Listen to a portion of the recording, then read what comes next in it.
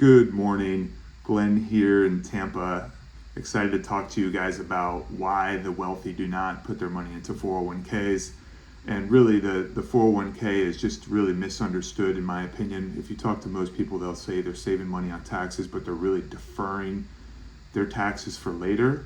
And the actual action of putting your money in your 401k is it's like a self-fulfilling prophecy is what I would like to think. Is if I'm putting my money into a 401k, I am saying that I'm going to make less money in the future to pay in taxes. And that's really what's happening. Is you're saying that when I am, say today I'm 40 years old, and when I am 70 years old and I start taking the distributions, I am going to be making less money, which is not what my financial plan is.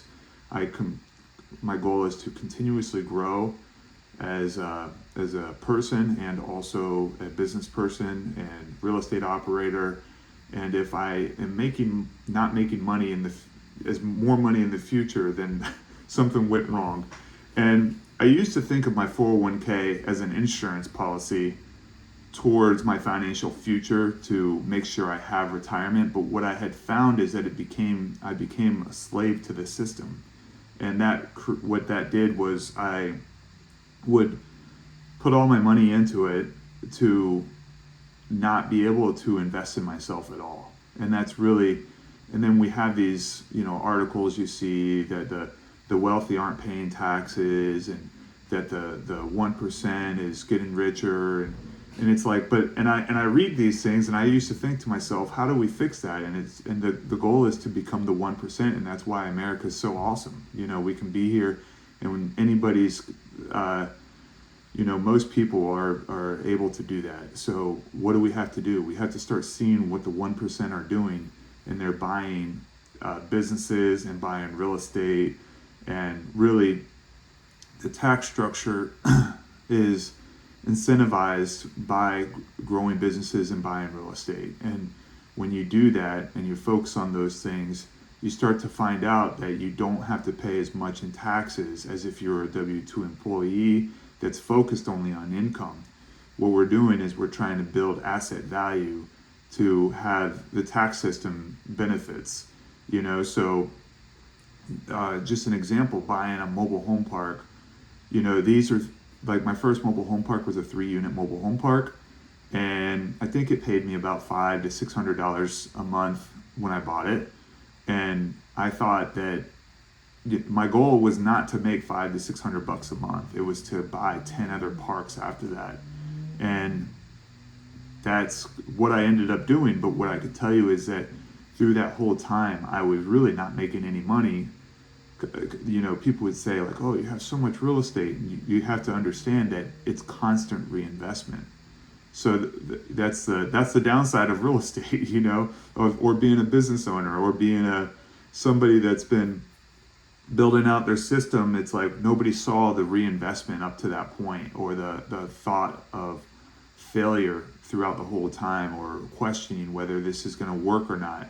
These are things that run through my mind. I wouldn't say recently, just because I feel like it's starting to pay off, but what I would say is that I've been constantly reinvesting since really 2013.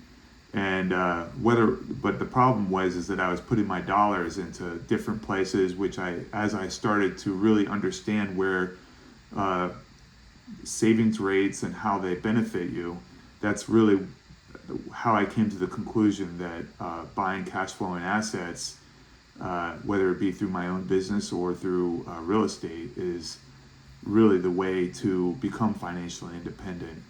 And so on top of that, we're thinking about the 401k and how they, we're saving money. And I've heard people saying, oh, I've done very well in my 401k. And you're like, well, I guess compared to what is the question. And really the idea is, what if you would have taken that money and put it into yourself? Like, how do you think you would make more income? Would you be able to boost your income by, 20% this year, or 50 to 100%? Are your actions showing, you put in the right actions towards building out your income? And building your income is the ultimate hack to saving more money. Is, you know, if you build more income and you keep your expenses the same, your savings rate will go up. And that's really what happened for me. I had a 20% savings rate, and then I started focusing on income producing assets, and then it became 50%, and then it went to 75%. And then once you become 100% savings rate, you ultimately become financially independent. And then my mind flipped. It was like, what? Okay, so now what? Like, where do I start putting my dollars? I don't need income anymore. I need to grow wealth. And that's really what I did. Is I left my W-2 job. I was making about $150,000 a year, and I left that to make $1,500 a month, which is, you know, it's like under $30,000 a year. So, but I knew that the upside of me leaving and focusing on asset building and growing other, you know, raising capital and doing those things was going to benefit me, you know. So on that note, just something to think about. I know it took me a long time to get my mind wrapped around that, and that's why I feel like I needed to start this podcast or this channel to really help people accelerate their learning path to become financially independent. On that note, you guys have a great day, and I'm excited to see you guys grow. Make sure you like and subscribe to the podcast. Thank you.